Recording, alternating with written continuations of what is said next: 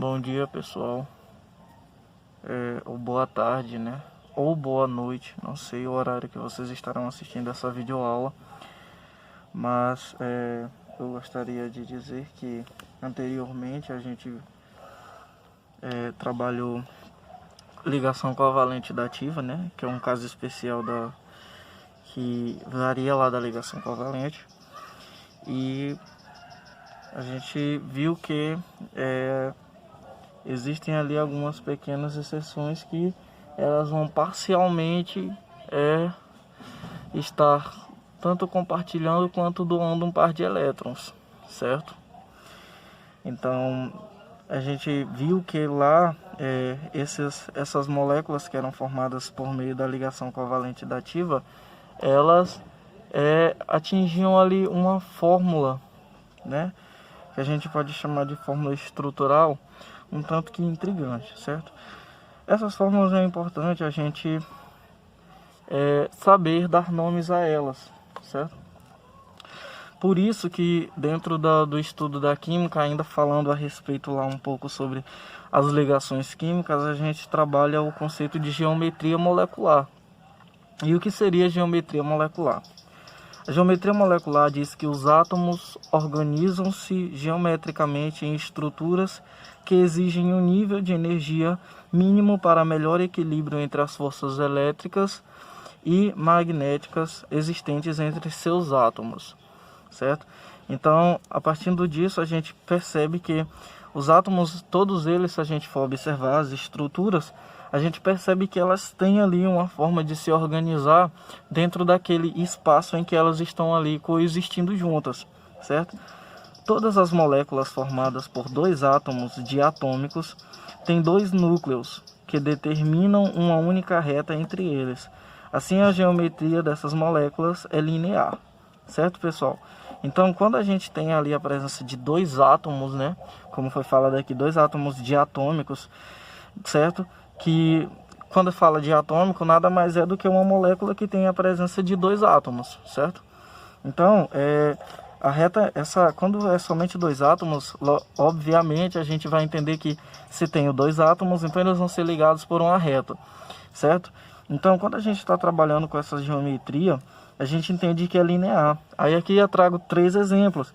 Eu trago o exemplo do gás hidrogênio, né, o H2.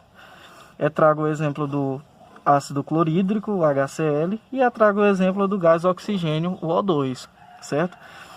Então, aqui a gente vê que ele mostra aqui, ó, que eles estão sendo ligados por uma reta. A diferença é que aqui no gás hidrogênio, a gente tem uma ligação covalente simples. Aqui no no ácido clorídrico, a gente também tem uma ligação covalente simples. Já no gás oxigênio, a gente tem uma ligação covalente dupla, certo?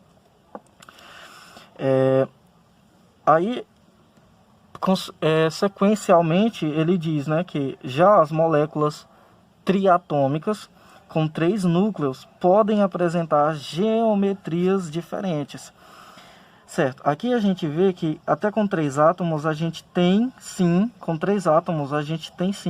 ainda geometria que é caracterizada como linear.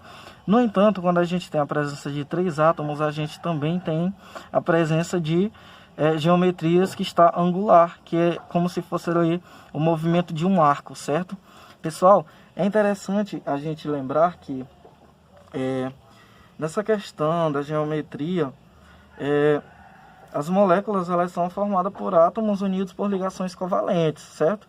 E podem apresentar na sua constituição de 2 a milhares de átomos. Então, não tem ali uma limitação de quantidade de átomos que vai ter dentro dessa geometria que é trabalhada nesses conceitos. Quando se vocês forem observar compostos lá da química orgânica, vocês vão ver que existem compostos que são muito grandes.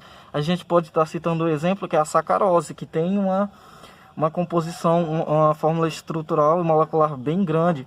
E partindo disso, a gente pode ver que essa geometria molecular ela é importante para que a gente entenda como alguns compostos eles devem ser representados, certo? Outra coisa interessante também de lembrarmos é que uma das maneiras mais simples da gente poder estar como é que eu posso dizer, mais usadas, uma das maneiras mais simples e mais usadas atualmente para prever a geometria das moléculas, que apresentam mais de dois átomos, consiste na utilização da teoria da repulsão dos pares eletrônicos da camada de valência. Lembre-se lá, o que é a camada de valência? É onde eu tenho ali os átomos, aqueles elétrons mais externos, certo? Que ficam ali na última camada de valência. O que é a última camada de valência? É a última camada de elétrons que se faz presente dentro da distribuição eletrônica de um dado elemento. Tranquilo? Certo. Então, pessoal, quando a gente está falando dessa teoria da repulsão dos pares eletrônicos da camada de valência, estou querendo dizer que essa teoria ela é baseada na ideia de que os pares eletrônicos ao redor de um átomo central, certo?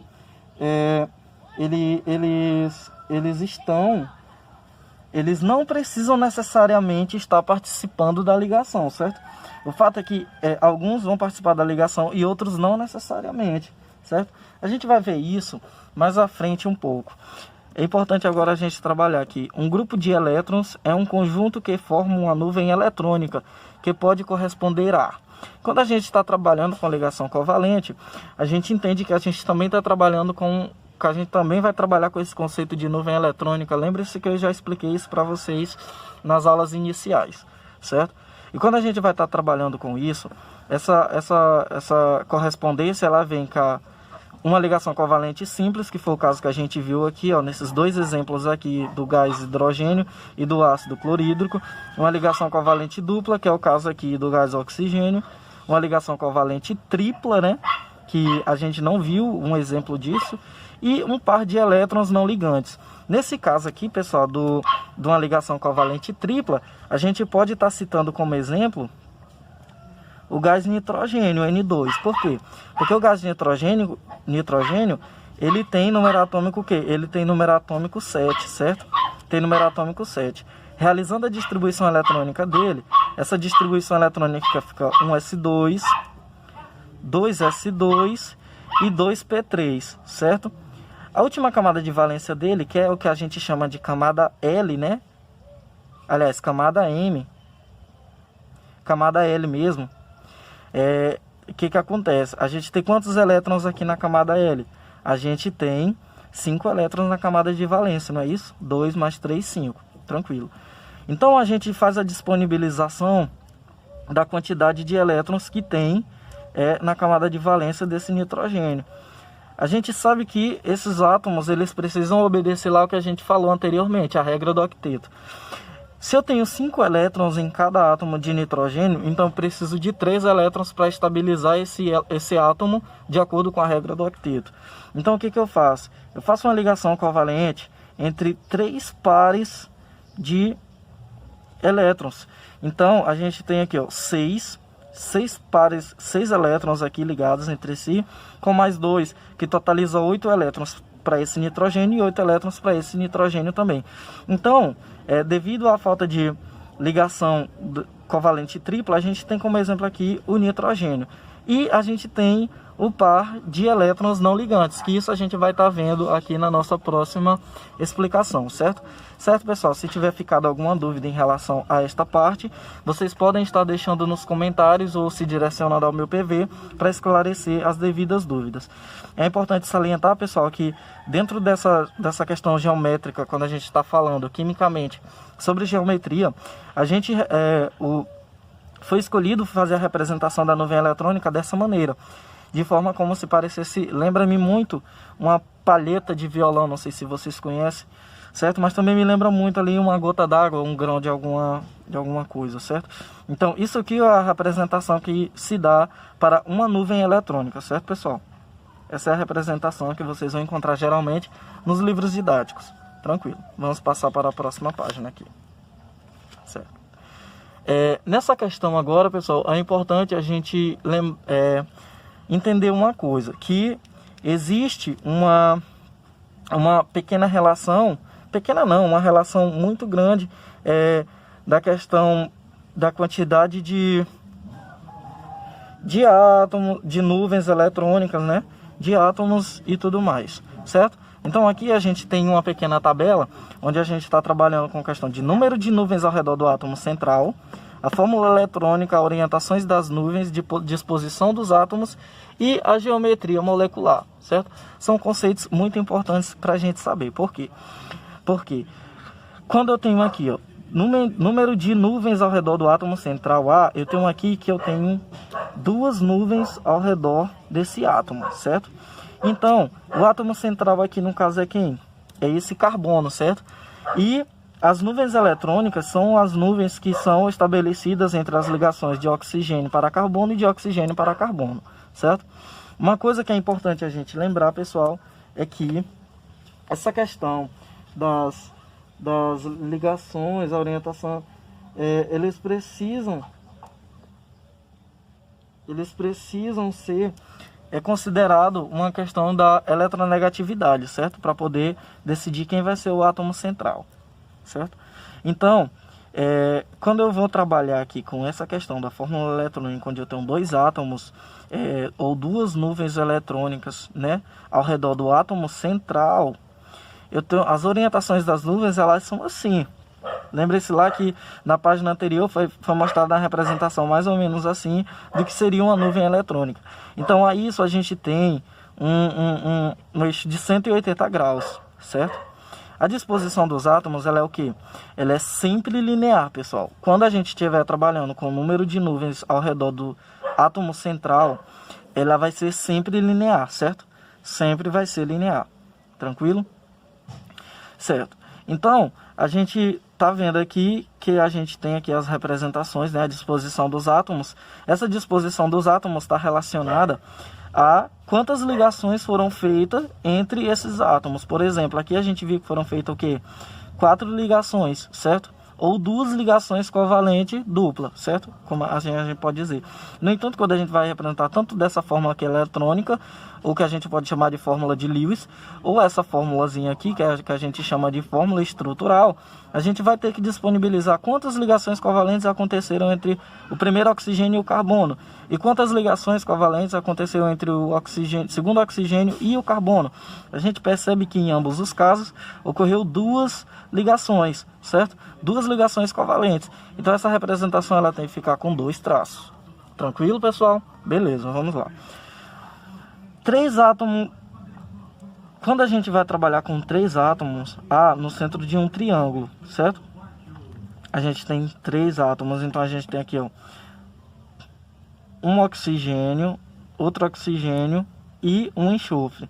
Lembre-se lá que no anterior a gente falou que existe lá na correspondência lá, quando um grupo de elétrons é um conjunto que forma uma nuvem eletrônica que pode corresponder a um dos tópicos era um par de elétrons não ligantes.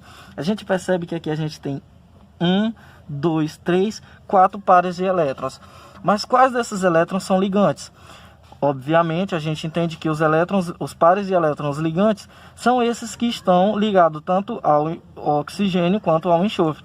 E a gente percebe que esse par de elétrons está ligado, ele é um par ligante. E esses 2 pares de elétrons também são pares ligantes. Quem é que não está se ligando a nada? Esse par de elétrons, ele é um par que a gente chama de par de elétrons livres, certo? Então, esse par aqui é o que a gente chama de elétron não ligante. Elétrons não ligantes.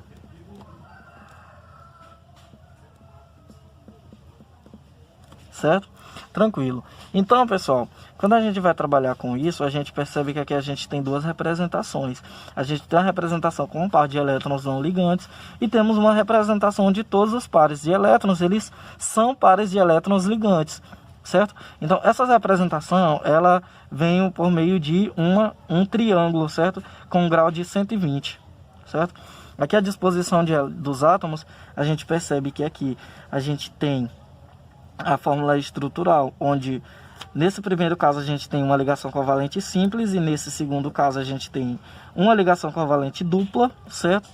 E o par de elétrons livre, que não está se ligando a nada, ele só fica ali aparecendo para demonstrar que existe um par de elétrons livres ali nesse composto, nessa substância ou nesse átomo aqui de enxofre, certo? Aqui no nosso segundo caso, como todos os pares de elétrons são ligantes, a gente tem um primeiro caso de ligação covalente simples, um segundo caso de ligação covalente simples, e no terceiro caso a gente também tem um caso de ligação covalente dupla, certo? E a isso a gente chama de, ou temos angular, certo? Lembrem-se lá que a gente viu que quando tem dois pares de elétrons, três pares de elétrons, a gente pode ter linear ou angular. Nesse caso é angular, por quê? Porque eu tenho um par de elétrons livres acima do enxofre, então eu não posso dizer que é linear, porque tem um par de elétrons acima, então ela tem que ser angular, como se fosse o movimento de um arco. Nesse caso aqui, que está todos os pares de elétrons são pares de elétrons ligantes, eu tenho uma forma trigonal, certo? Quando eu tenho 4 átomos no centro de um tetraedro, certo? Então eu tenho aqui ó, o oxigênio nesse caso e o hidrogênio.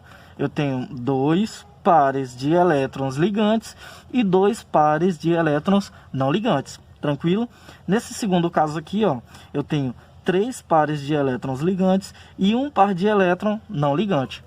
Nesse terceiro caso, eu tenho 4 pares de elétrons ligantes, certo, pessoal? Então, quando a gente entende isso, a gente vem aqui para a nossa orientação das nuvens. Como seria a nossa orientação das nuvens? Opa, se eu tenho 4 nuvens eletrônicas, lembrando, pessoal, que o par eletrônico ele não precisa necessariamente ser um par de elétron ligante para que ele tenha sua nuvem eletrônica. A gente bem sabe que se eu tenho um par de elétrons aqui, consequentemente, eu também tenho uma nuvem eletrônica.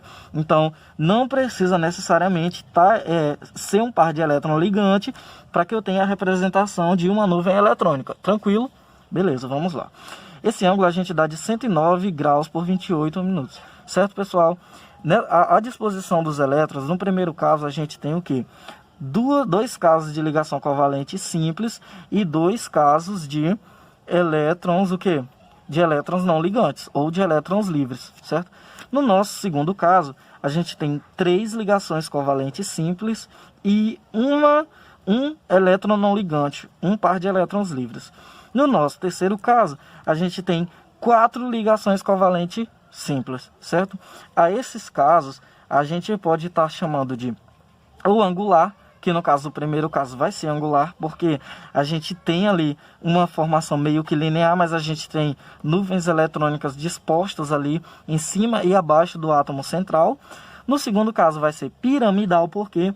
Porque a gente tem uma questão de 3 ligações covalentes simples e somente uma ligação de par de elétrons livres ou elétrons não ligantes.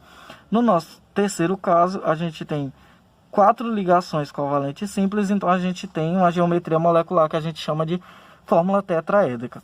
Certo, pessoal? Eu espero que vocês tenham entendido bem essa primeira parte aqui. Logo a mais, eu vou estar disponibilizando exercícios para que vocês possam praticar, certo?